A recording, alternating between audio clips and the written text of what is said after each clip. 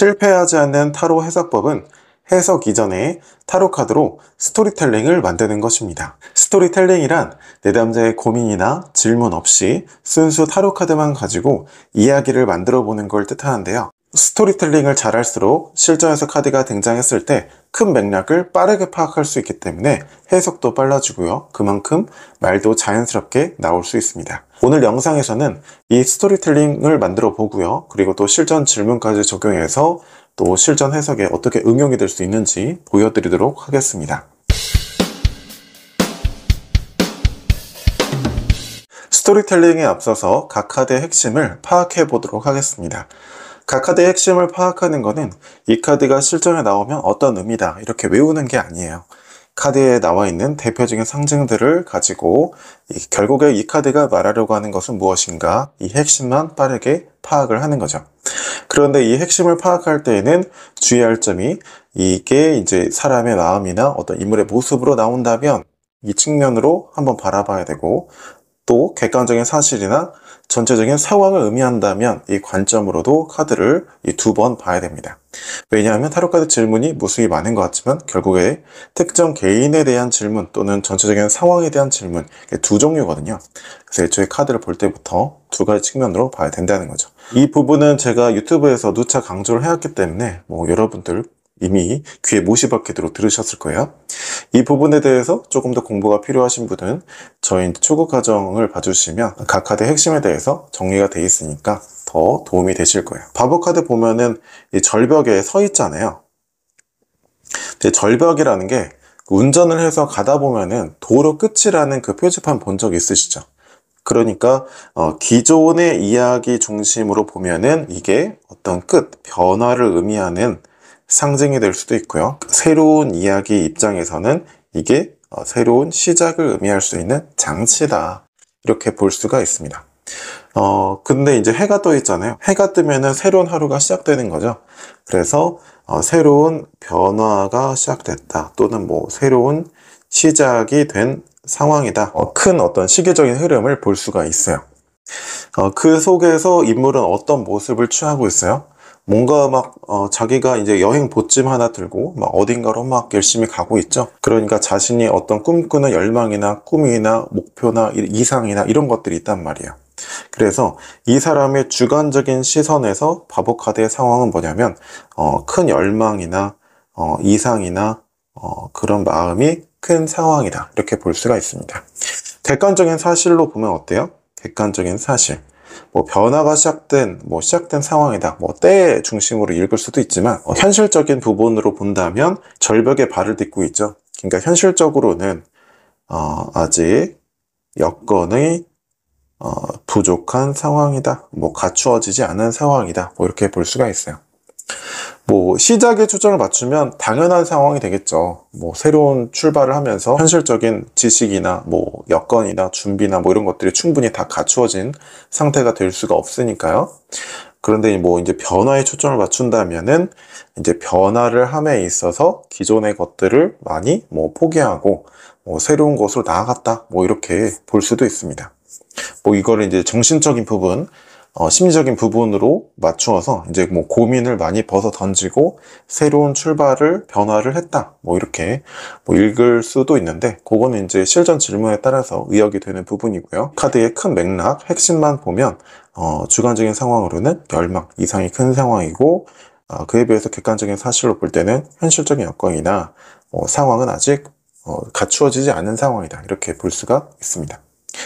그 다음 카드는 이제 소드 9번인데 인물이 이제 막 악몽에서 깨어난 모습이에요. 악몽에서 이제 막 깨어난 모습일 수도 있고, 잠자리에 누우면 이런저런 생각이 막 드는 그런 상황이 될 수도 있습니다. 어쨌든 뭘 얘기하는 거냐면 현실에 없는 위협에 대해서 두려움이나 걱정이나 많은 생각이나 스트레스를 받고 있다는 거예요. 즉 이 사람의 입장에서 보면은 두려움이나 스트레스나 많은 생각이 들잖아요. 그게 왜 드는 거냐면 밤이라는 건 어둡잖아요. 그쵸? 이 현실을 명확하게 판단하기가 어렵습니다. 즉 판단할 정보가 많지 않기 때문에 두려움이나 불안이나 걱정이나 너무 많은 생각이 드는 상황이다 이렇게 볼 수가 있죠. 객관적인 사실, 전체적인 상황으로 보면 어때요? 침대에 앉아서 하는 생각인 거죠. 그러니까 안락한 상황이에요. 이거를 조금 더 중의적인 표현으로 바꾸어 보면 큰 위험 요소가 없는 안전한 상황이다. 이렇게 볼 수가 있습니다. 큰 위험 요소가 없는 상황임에도 불구하고 이 판단할 정보가 적기 때문에 이런 상황이 되는 거죠. 이렇게 이해해 볼 수가 있고요. 세 번째 카드는 어때요? 이 사람이 뭔가를 고민하고 있고 아니면 흐뭇하게 보는 그런 상황일 수도 있습니다. 어쨌든 고민을 하고 있는데 왜 그런 거냐면 객관적인 사실을 보니까 어떤 결과물이 있어요. 그렇죠? 이 농부가 이 농작물들을 읽어놓고 보니까 수확을 할지 아니면 더 얻기 위해서 뭔가 시도를 할지 고민이 되는 상황이에요. 즉, 더 가지고 싶은 욕구나 또는 그런 마음이나 생각이 드는 상황이다. 이렇게 볼 수가 있고요. 객관적인 사실로 보면은 결과물이 충분히 있는 상황이다. 이렇게 볼 수가 있습니다. 먼저 주관적인 상황에 맞춰서 스토리텔링을 만들어 볼까요? 새로운 변화, 시작의 국면에서 열망도 크고요. 이상도 가지고 있습니다. 하지만 판단할 정보가 적기 때문에 두려움, 걱정, 너무 많은 생각이 들어요. 그러다 보니까 더 가지고 싶은 마음이 있지만 어떻게 하는 것이 합리적인 판단일지 고민이 드는 상황입니다. 이렇게 읽을 수가 있죠. 그 다음에 객관적인 상황에 포인트를 맞춰서 스토리를 읽어보면 현실적인 여건이나 준비는 부족했지만 큰 위험 요소가 없었기 때문에 그쪽 진행 과정에서 그 결과물을 얻을 수 있었습니다. 이렇게 리딩할 수 있어요.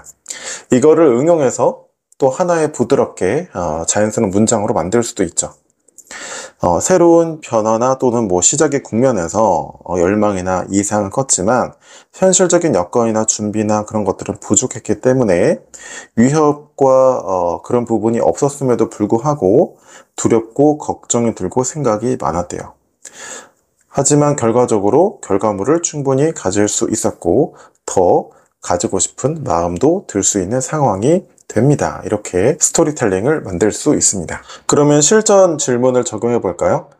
예시 질문 중에서 자립형 사립고등학교에 가려고 하는데 A라는 학교에 가면은 어떨까요? 라고 물어봤다고 해볼게요. 그 A라는 학교에 들어갔어요. 들어가면 내 마음에 비해서 현실적인 내가 갖춘 역량이나 그건 부족한 것 같아요. 그렇죠? 그러다 보니까 두려움이 크단 말이에요. 큰 위협이 없었지만 하지만 내 노력의 어떤 결과물, 학업적인 성적, 성취를 말하는 거죠. 그 결과물을 얻을 수 있을 거고 더 큰 목표를 가질 수 있게 될 겁니다. 이렇게 이야기를 해볼 수 있겠죠. 그래서 또 알 수 있는 사실이 원래는 이제 마음만 가지고 현실적인 부분이 부족했잖아요. 근데 여기서는 현실적으로 어떻게 하면 더 학업적인 성취를 가져갈 수 있을지, 보상을 얻을 수 있을지 고민할 수 있는 상황이 된다. 이렇게 볼 수가 있는 거죠. 그러니까 꽤 높은 학업적인 성취도 얻을 거고 나의 우려와는 달리 실제로는 더 높은 성적을 얻기 위한 고민이 들지 지금처럼 내가 그 학교에 괜찮을까라는 고민은 걱정은 하지 않아도 된다. 이런 것들을 알 수가 있죠. 만약에 카드 위치를 바꾸면 어떻게 또 스토리텔링이 될 수 있을까요? 네, 여기서는 이제 많은 걱정과 생각, 두려움 그런 것들을 가지고 있었는데 여기서는 주관적인 상황이 어떻게 돼요? 열망과 큰 이상을 가지는 마음으로 변화가 됐죠. 그러니까 여기서는 스토리텔링을 할 때 기존에 내가 가지고 있었던 걱정이나 생각이나 두려움 이런 것들에서 벗어났다. 이렇게 큰 맥락을 잡을 수 있습니다. 그 결과 어떤 결과물도 없고요.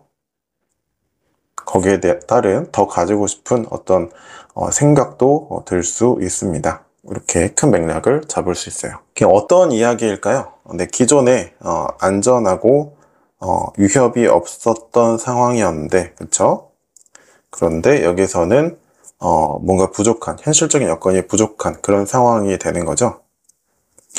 즉, 새로운 변화나 시작이나 도전 앞에 걱정과 생각과 두려움이 많았나 봐요. 그런데 그 상황에서 오히려 새로운 도전을 해보고 나니까 열망과 이상이 커지고 기존에 가지고 있었던 두려움이나 부정적인 생각들에서 벗어나게 되었다는 거예요. 그래서 그 결과 물질적으로, 현실적으로 충분한 결과물도 이룰 수 있게 되었습니다. 이렇게 큰 맥락을 잡을 수가 있겠죠. 그러면 뭐 만약에 실전 질문을 적용해 보면 회사를 퇴사하고 뭐 새로운 사업을 하려고 한다. 잘 될까요? 뭐 이런 식으로 물어봤다고 해보면 새로운 도전과 변화 앞에 두려움이 컸는데, 그쵸? 안전한 곳을 떠나니까요. 그런데 새로운 변화를 해보니 기존의 걱정에서 벗어날 수 있게 되었고요. 뭐 이거를 이제 회사 안에서의 많은 스트레스다 이렇게 읽을 수도 있지만, 현재 문맥에서는 이 전자가 조금 더 적절하죠. 그래서 그 결과 기존의 우려와는 달리 충분한 현실적인 이익과 보상이나 결과물을 만들 수 있었습니다. 뭐 이렇게 볼 수가 있을 겁니다. 밤이라는 거는 새로운 하루가 시작되기 전에 어두운 시점이죠. 즉 변화를 예고하는 순간이라고 볼 수 있습니다. 여기는 해가 떴죠. 그렇죠? 새로운 하루가 시작이 되었어요. 즉 새로운 변화를 앞두고 보니 새로운 많은 걱정과 두려움이 드는 상황이었다. 이렇게 포인트를 잡아볼 수 있습니다. 심리학에 이런 말이 있습니다. 과거에 집착하거나 아직 오지 않은 미래에 대해서 필요 이상으로 불안해하는 것은 현재를 직면하지 않으려는 태도에서 비롯된다. 아직 오지 않은 미래에 대해서 두렵고 불안감이 드는 것은 당연스러운 심리 현상입니다. 하지만 너무 필요 이상으로 미래에 대해서 두려워하거나 집착하게 된다면 미래를 걱정할 것이 아니라 현재를 돌아볼 필요가 있습니다.